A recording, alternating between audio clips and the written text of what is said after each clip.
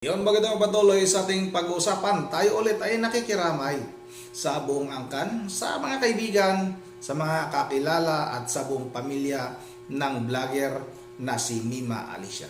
Nakikiramay po tayo mga kababayan. At doon ang pag-usapan natin ngayon, itong video na nakita natin sa social media mga kababayan, na itong pumanaw na vlogger na si Mima Alicia, ay meron pala itong karanasan mga kababayan. Grabe rin pala ang paghihirap na pinagdaanan nito. Hindi natin akalain mga kababayan na yung mga pambabastos niya kay Vice President Sara Duterte, kay dating Pangulong Duterte, yung kanyang pambabalahura, ay ganito rin pala yung kanyang sinapit sa kamay ng kanyang dating kasintahan mga kababayan. May napapanood tayo dito na video mga kababayan na ipinakita nitong si Mima Alicia na marami itong pasa sa kanyang katawan dahil nga binugbog daw ito ng kanyang dating kasintahan. Kaya nga mga kababayan, tayo ay pumalag sa mga kasamahan nitong Mima Alicia na ito, itong mga kasamahan niyang vlogger na ibinibintang nila ngayon. Kahit ng mga bugok na mga ensaymada vlogger na sumakay lang at ngayon lang gumawa ng content mga kababayan para bang sumakay sila sa pagkamatay nitong si Mima Alicia at itinuturo ngayon sa mga taga-suporta kay dating Pangulong Duterte at kay Vice President Sara Duterte mga kababayan. Hindi tayo papayag na ganon yung kanilang gagawin. Kasi nga mga kababayan, itong video na ito, parang sa tingin ko lang dapat maimbestigahan ito. Kasi nga, mga kababayan, baka ito yung isa sa mga dahilan kung kaya itong si Mima Alicia ngayon ay pumanaw mga kababayan.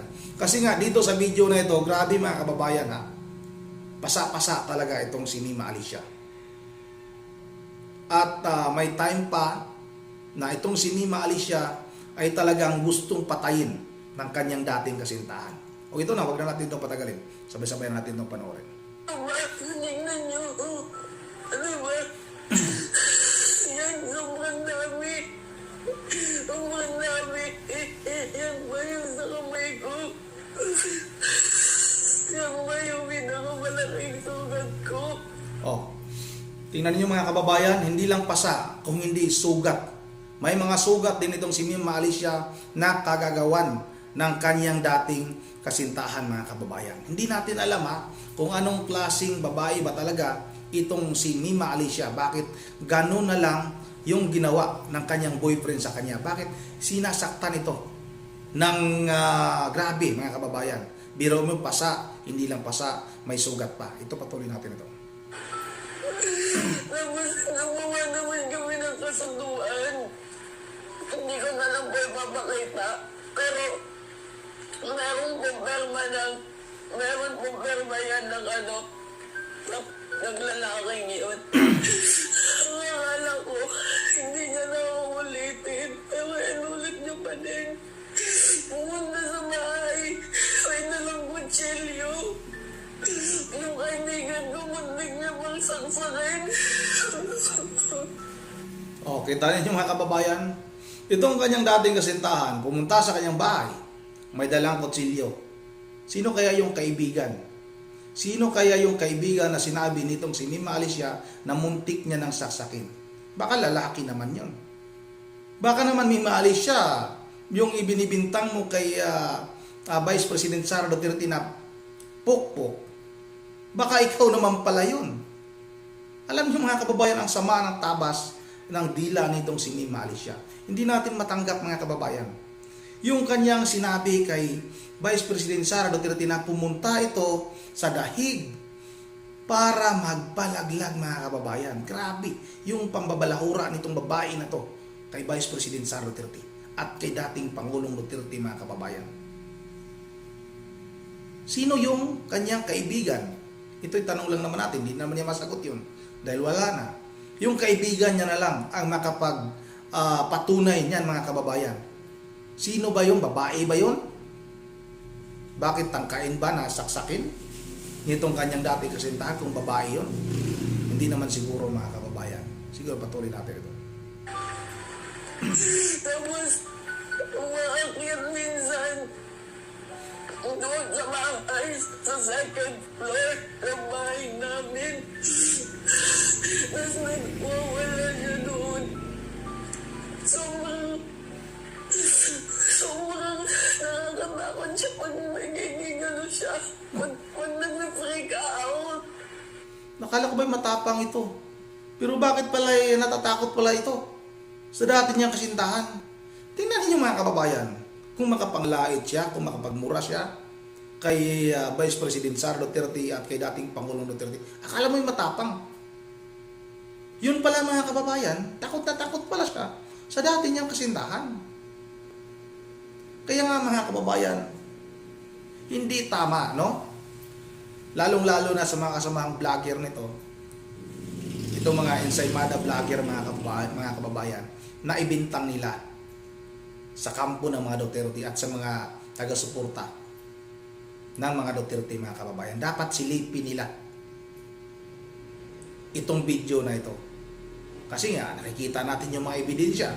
May mga pasa, may mga sugat, at sinabi pa nitong si Mima Alicia na nagdala ng patalim at muntik pang saksakin yung kanyang kaibigan.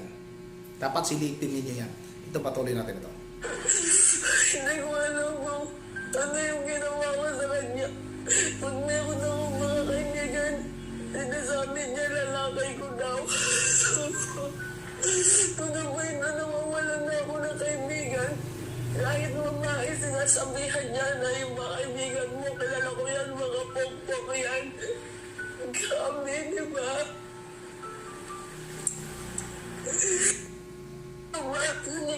O, di ba ang sakit? Ang sakit pag ikaw yung pinagbibintangan. Pero yung mga ipinagbibintang mo, yung mga ibinibintang mo kay Vice President Sara Duterte, parang ano ba sa sarili mo yun? Ano ba sa palagay mo? Maganda ba pakinggan? Kaya nga mga kababayan, halatang halata na itong vlogger na ito, pasensya na ulit sa buong pamilya nito, na itong vlogger na ito mga kababayan ay talagang bayaran nito. Hindi siya ganun kalakas. Hindi ganun kalakas ang loob niya kung walang tinatanggap yan mga kababayan.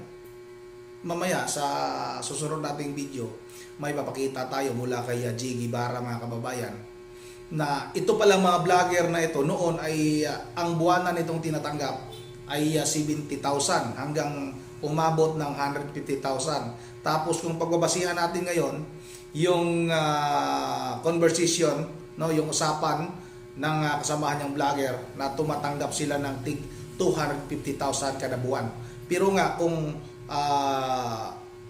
isipin nating mabuti, basahin nating mabuti yung kanilang usapan niya na yung 2 million ay paghati-hatian ng 5. Dapat 4 lang daw. Pero ang ibinigay daw ay 2.5 million. Kaya galit na galit yung kaniyang kasamang vlogger mga kababayan. Kasi nga parang sinulo o kinuha ni Mima Alicia yung para sa kanyang kasamang vlogger na bayaran din. Kung isipin natin, grabe, ang laki ng halaga. Nagkakahalaga ng 500,000 kada buwan. Ang laki ng kanilang tinatanggap. At ayun pa nga sa ating napanood kay Jiggy Barra, may kasama pa itong sasakyan mga kababayan libre. Ganon sila katindi mga kababayan. Ganon sila katawag to. Ganon sila kabayaran. Ang tindi ng mga vlogger na ito. Yun ang dito lang muna at bago tayo magtatapos ay mag-shoutout lang muna tayo. Yun, dapat masilip din ng Philippine National Police yan at ng NBI. Sumali na kayo dyan sa pag-iimbestiga. At bago tayo magtatapos ay mag-shoutout muna tayo. Shoutout tayo kay Kuya Curious Napusa. Shoutout ha. Shoutout